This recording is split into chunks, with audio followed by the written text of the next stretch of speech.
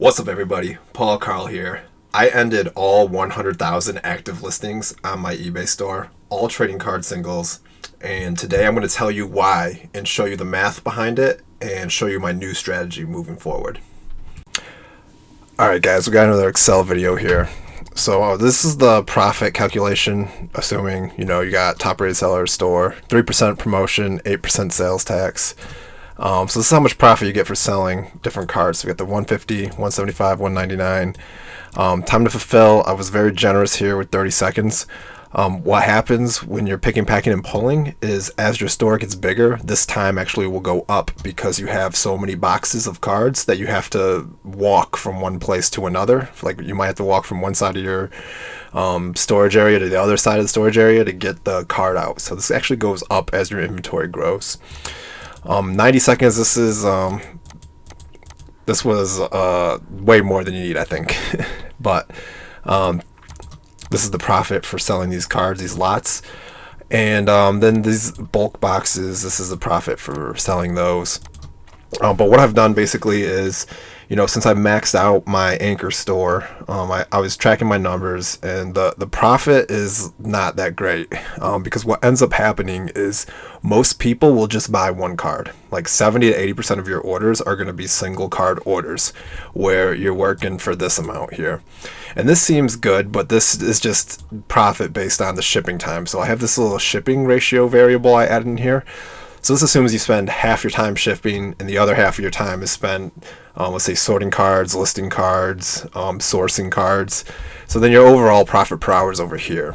So if you're selling cards in volume at $1.50 a card, you're essentially working for $16.80, and that's before taking out your cost of goods sold, taxes, all that stuff. So this is the range here when you're selling these bulk cheap cards.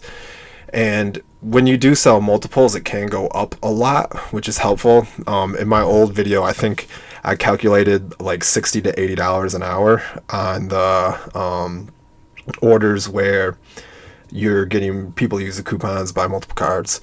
And that number probably goes way up if they use the coupon multiple times. So let's say you have like a X% off 6 cards or more deal, and they buy just 6, you're probably in that $60 to $80 an hour range for profit. Whereas if they buy 36 or 42, it probably goes up a lot more. That's probably when you get into this area here.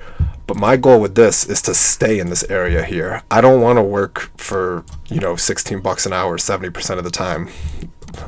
Most of my cards are $1.99, so I guess 42 an hour. But it doesn't work out well. I was with my store maxed and being indiscriminate for my listings. I was averaging $5,000 to $6,000 a month in revenue, and the profit on that is around, like, after taxes and expenses and all that crap. I was down to like $2,000 in profit, like $2,000 to $3,000. So not ideal. So I don't know how people do this in volume when they're playing in this, like, exclusively in this area here. It just doesn't make sense to me, unless people are getting better than, like, let's say it says 70% of your orders being single card orders. Maybe there's some people who can get that down to like 50% or even lower. I'm not sure, but the people that I've talked to are in like that 70 to 80% single card order range. So if somebody buys one thing from me and it's one of these lots, that's phenomenal. Because the profit per hour is so good. And then I have some more stuff over here, but it doesn't. That's irrelevant right now. But what I'm trying to do right now is I'm going to shoot for having like $30 my minimum for lots, and then I do have some singles. $5 is my minimum for the singles right now. Everything else that's below that, I actually have a booth in an antique mall. So what I've been doing is all my $1 to $5 cards, I'm pricing at like $1 to $3 and putting them in my little booth. So it's basically like having a dollar box at a card show, but it's open whenever this antique mall's open and I don't have to be there. So that's something I'm testing out. We'll see how that goes, especially getting in the holidays. That'll be interesting. But my first month I did $110.97, so that was neat. The rent there is $70, and there's no percent of my sales is taken. So I thought that was an alright start, just getting the hang of things. Anyway, yeah, so my goal right now is to sell, let's say, like, I want to sell like 10 to 20 of these a day. So if I'm selling 10 to 20 of these, what's the average here? The average profit's $23, let's say. So if I sell 10, I'm at 230 in profit for the day. If I sell 20, I'm at 460 for the day. And if I do that every day, oops, helps if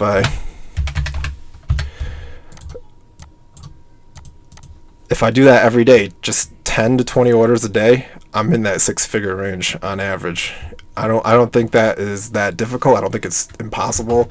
10 to 20 of them basically for these, it's like what, 1,000 to 2,000 cards a day. In these 99 card lots, I don't have to pick 99 cards from 99 different places like I would if I sold them as singles. The customer's not paying a lot more. They're paying a very low price per card, and so they get a better deal.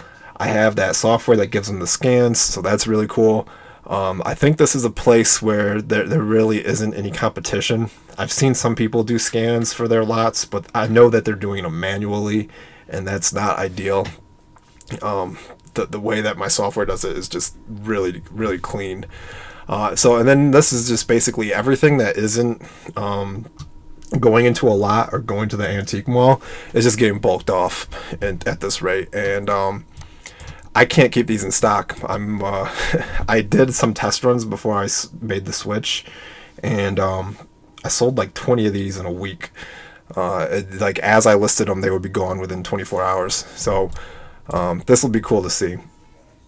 But to kind of circle back, the reason why I did this right now, I was originally going to do this in the future, but those unlicensed like slam dunk Michael Jordan cards from 1990, they're against eBay's policy to sell. They don't warn you. It doesn't say anything about don't sell unlicensed cards in the policy. And I've had them up for like months, if not over a year.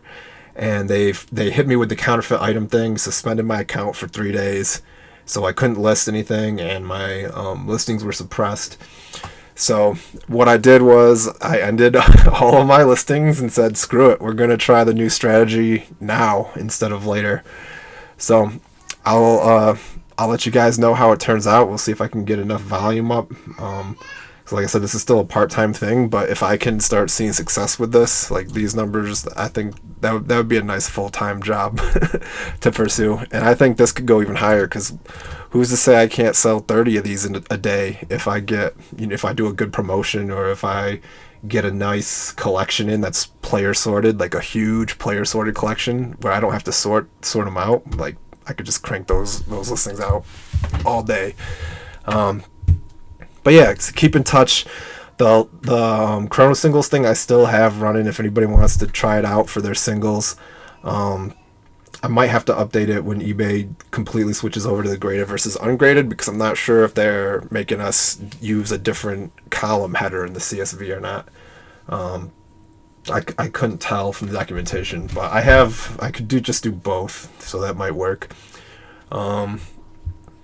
But yeah, this is my new strategy going forward. Let me know what you think of it. If you're a single seller and you think my numbers are wrong or whatever, or you want to show your numbers off, and let's talk. Really interested to see what people think about this strategy where you're still selling a huge volume of cards. You're just doing it as lots instead of as singles, and getting better value for both you and your customer. I think this is going to be successful. My experiments made me very optimistic, to the point where I deleted my whole store basically. So let's see if I'm an idiot or if this pays off. Thanks for watching, guys.